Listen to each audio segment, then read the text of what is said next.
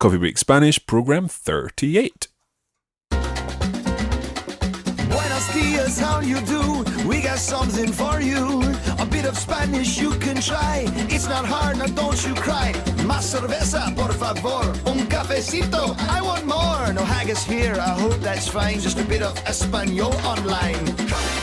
Espanol, you're in control. Just be resilient. One in Spanish is dead brilliant. Just be prepared. Mark and Kara will take you there. Now you're on a roll. It's Coffee Break Español. Buenos días a todos. Hola! You're listening to Coffee Break Spanish, where we'll teach you the Spanish language in short programs. Just right for your coffee break. It's episode 38, and this week we're continuing our series of dialogues recorded in Spain. Last week we were asking for some information about transport around the town. And this week it's time to visit another place where you may find yourself on a visit to a Spanish-speaking country. Vamos a la farmacia.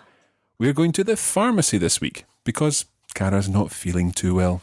No estoy bien. Pobrecita.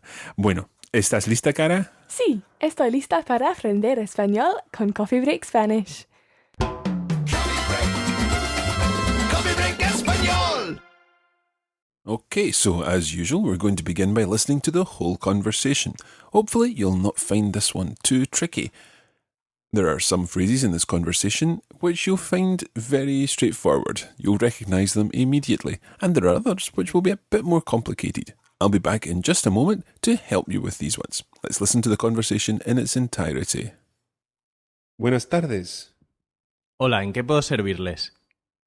Mi amiga no se siente bien. ¿Cuál es el problema?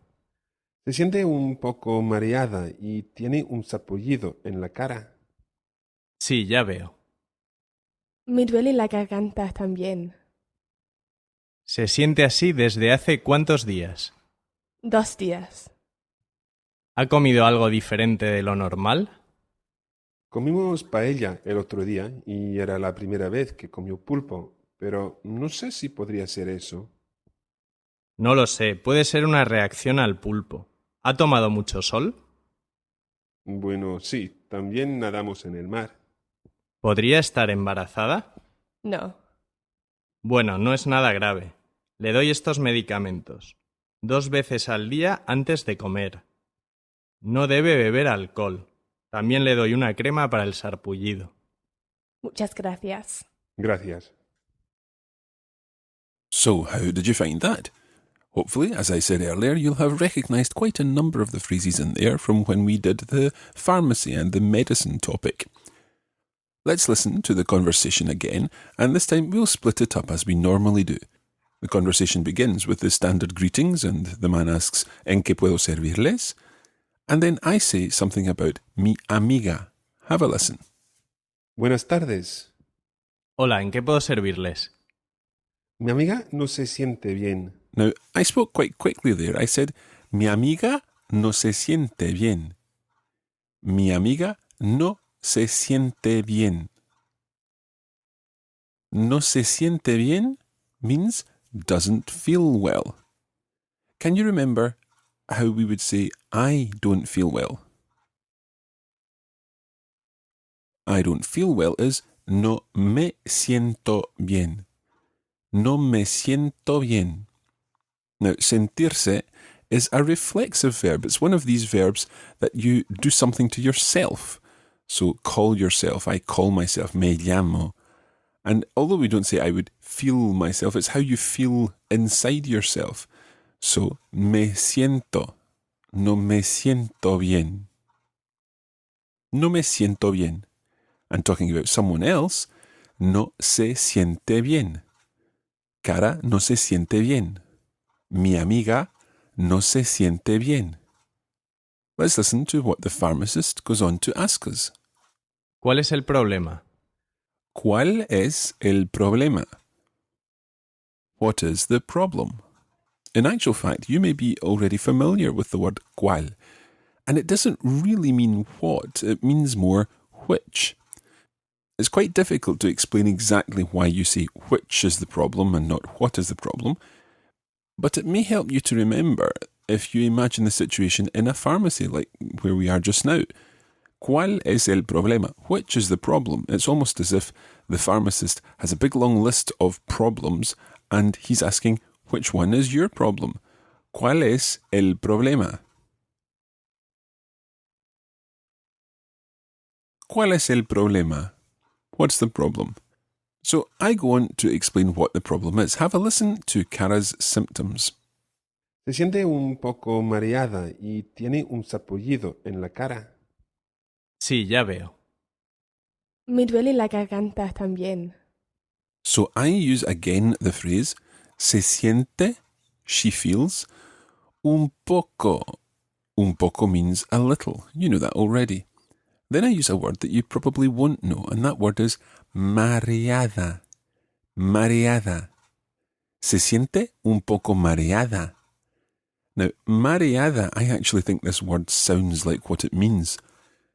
It actually means dizzy, nauseous, feeling a little sick. The word actually comes from the same root as the word mar. El mar, you know that already, is the sea. And the word marea means tide. So if you imagine the tide coming in and out and in and out, you perhaps begin to feel a little seasick yourself. So mareado, mareada, sick or nauseous. Se siente un poco mareada. Mareada obviously is feminine because it ends in A. So mareada for Cara, yo estoy mareado. I, being Mark and masculine, I am mareado. Cara is mareada. Se siente un poco mareada y, and there's something else wrong with Cara, tiene, she has, un sarpullido. That's one of those words that it's very difficult to guess what it means. Un sarpullido, sarpullido, it's got a double L sound at the end there, sarpullido. Un sarpullido is a rash. And Cara tiene un sarpullido en la cara. You may remember the word cara means face, as well as being the name of my co-host. So Cara tiene un sarpullido en la cara. So Cara's not feeling very well. She's got a rash in her face as well. Listen again to what the pharmacist says. And Cara adds a piece of information as well. See if you can work out what Cara's extra piece of information is. Se siente un poco mareada y tiene un sarpullido en la cara. Sí, ya veo. Me duele la garganta también. The pharmacist says, sí, ya veo. Now, veo means I see. Veo comes from the verb ver, meaning to see. The ya part is a word that we've come across already. Ya means already. So literally, the pharmacist is saying, I already see. But that's how a Spaniard or a Spanish-speaking person would say, yes, I can see that. Ya veo. Cara then adds an extra piece of information. She says, me duele la garganta también. Me duele la garganta también. So she also has a sore throat. She's got throatache. As you would expect, the pharmacist has a few more questions to try and identify exactly what the problem is. This question is quite a tricky question to understand, but if you use your common sense, then you should be able to work out what he's saying. Listen carefully for one word in particular. Días. Se siente así desde hace cuántos días. Now, it will quite often be the situation that someone will say something to you and you will have no idea what they mean. But you've got to try and identify the words and what they've said that you do understand. So let's imagine the pharmacist had said that to you and you needed him to repeat. So, por favor, ¿puede repetir? Se siente así desde hace cuántos días. So perhaps that time you heard not only the word días, but the word cuántos. Cuántos means how many. Cuántos días, how many days. So, se siente así, you've been feeling this way, desde hace. This is quite a tricky phrase to explain. It tends to mean something like since or for when you're referring to the past. So, desde hace cuántos días, for how many days. So really what the pharmacist is saying here is, you've been feeling this way for how many days? How long have you been feeling like this? We'll be coming back to this phrase later on. Cara answers, and then the pharmacist asks another question. 2 días. ¿Ha comido algo diferente de lo normal? So Cara's been feeling this way for 2 days, and the pharmacist asks, ¿ha comido algo diferente de lo normal? So comido comes from the verb comer, which means to eat. So have you eaten, ha comido, algo diferente, something different, de lo normal, from the normal, literally. So have you eaten anything unusual, something different from what you would normally eat? I explain what we have been eating. Have a listen to what I say. Comimos paella el otro día y era la primera vez que comió pulpo, pero no sé si podría ser eso. So I say, comimos paella.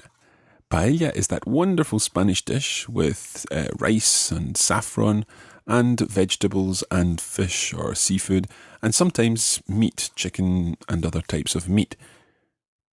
Paella, therefore, comimos paella.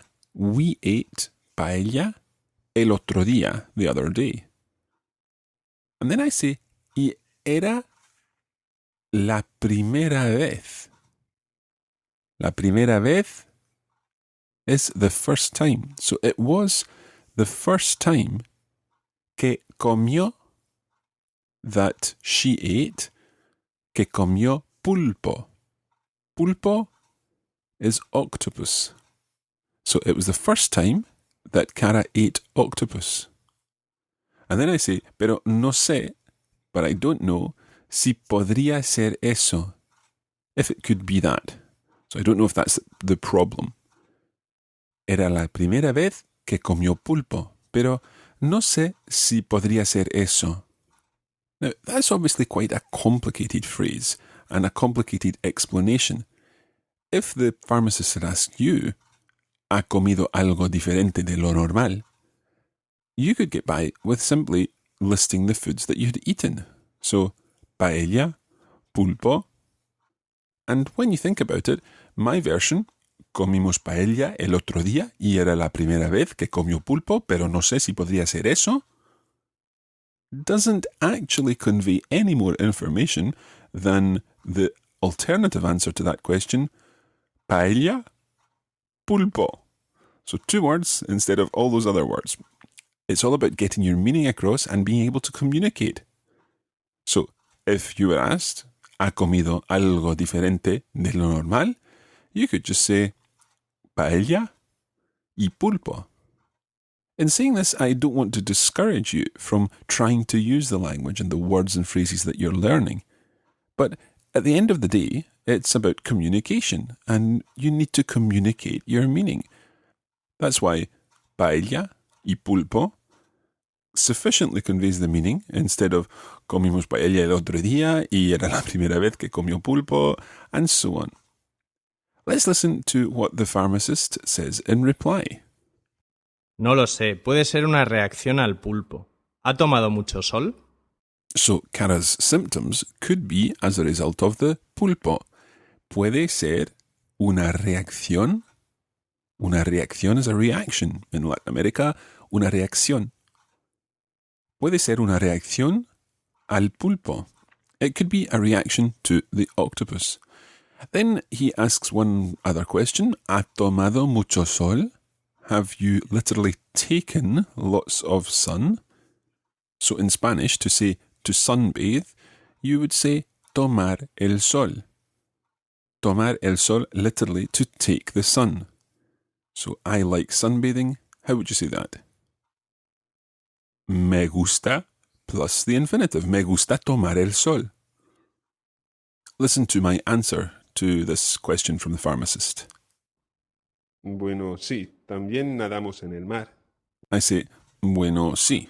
Well, actually, yes, we have been out in the sun a lot. Bueno, sí. También nadamos en el mar. We also went for a swim in the sea. as you would do on your holidays.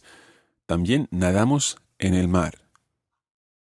Now, there are lots of words in Spanish which sound like English words, but which don't necessarily mean the same as English words. And this next word is one of these. The pharmacist asks, ¿Podría estar embarazada? No. embarazada, although it sounds like embarrassed, does not mean embarrassed, it means pregnant. So it's an adjective that can only ever end in a. Embarazada. ¿Podría estar embarazada? Could you be pregnant? So Cara emphatically replies, no. And the pharmacist comes up with the diagnosis. Bueno, no es nada grave. He says, no es nada grave. Grave means serious. Grave. No es nada grave. It's nothing serious. He then gives Cara her medicine and explains when she should take it. Le doy estos medicamentos 2 veces al día antes de comer. So he says, le doy, literally, to you I give, le doy estos medicamentos. These medicines.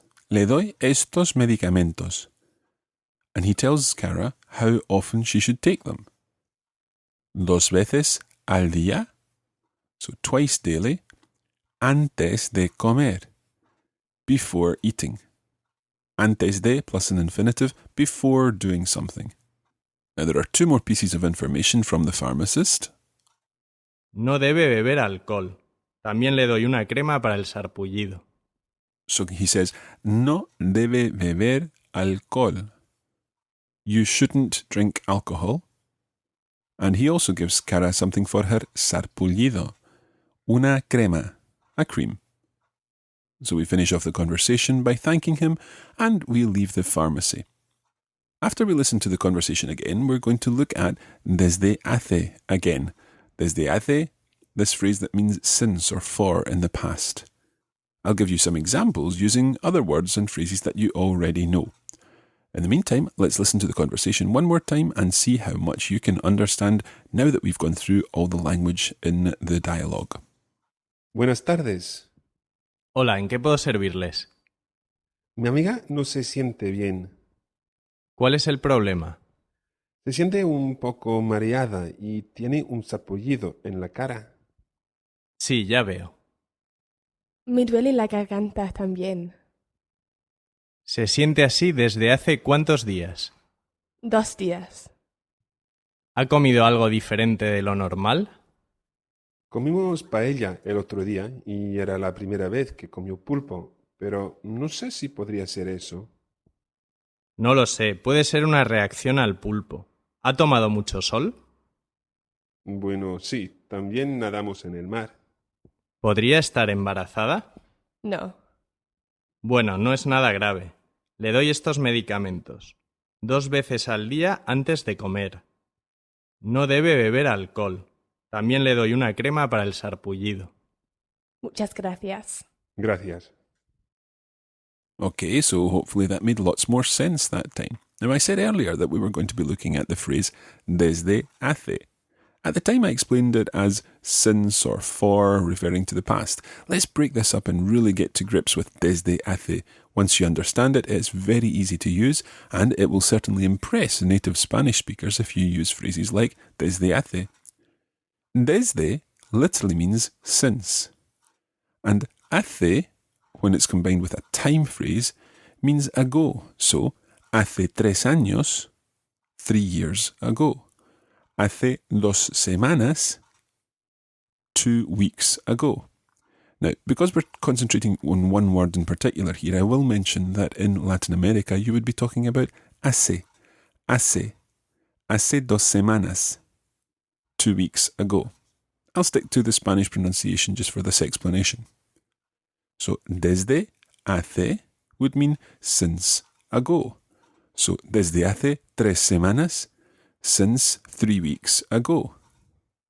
Now, to be honest, that sounds a little stilted in English, so we would actually say it in a different way, and I'll give you an example using a full sentence. Let's say, estudio español desde hace 2 años. Estudio español desde hace 2 años. So you know what that means. It means I study Spanish since 2 years ago. Desde hace 2 años. But would we say in English, I study Spanish since 2 years ago? You know what it means, but it sounds just a little odd. In fact, what we would do is put it into a past tense in English. I have been studying Spanish for 2 years. And the way you say that in Spanish is Estudio español desde hace 2 años. Now, there are other ways to say this in Spanish, and we'll cover these in future lessons.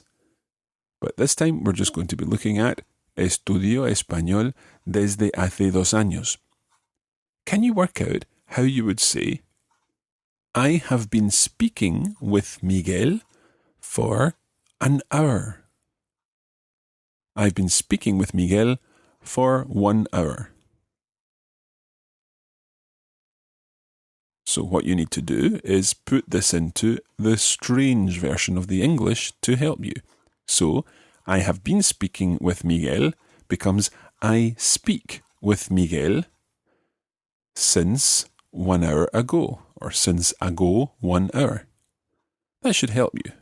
So, I speak with Miguel, hablo con Miguel, since, desde, 1 hour ago. Hace 1 hora. Hablo con Miguel desde hace 1 hora. Let's try one more. This podcast is getting quite long, so let's concentrate on one more version of this phrase. This time we'll reuse some of the language that we've learned in this lesson. So, I have been eating octopus for 10 years. I have been eating octopus becomes I eat octopus since 10 years ago. So I eat, como el pulpo. In this case we would say el pulpo. Como el pulpo desde hace 10 años. Como el pulpo desde hace 10 años. And because there's quite a few th sounds in there, I will say this phrase with the pronunciation used in most Latin American countries. Como el pulpo desde hace 10 años. So hopefully you've understood more about desde hace now. It's time to finish this lesson. Coffee Break Español! So there you have it, another episode of Coffee Break Spanish. Hopefully you'll not have occasion to have to go to the pharmacy when you're on holiday in a Spanish-speaking country. But if you do, we hope our conversation helped you. Bueno, ya está. That's it for this week, but we'll be back next week when we'll be talking to a Spanish friend and learning more useful ways to practice our Spanish. Muchas gracias como siempre. Adiós y hasta la semana que viene. Coffee Break Español! This podcast was brought to you by the Radiolingua Network. Find out more at www.radiolingua.com.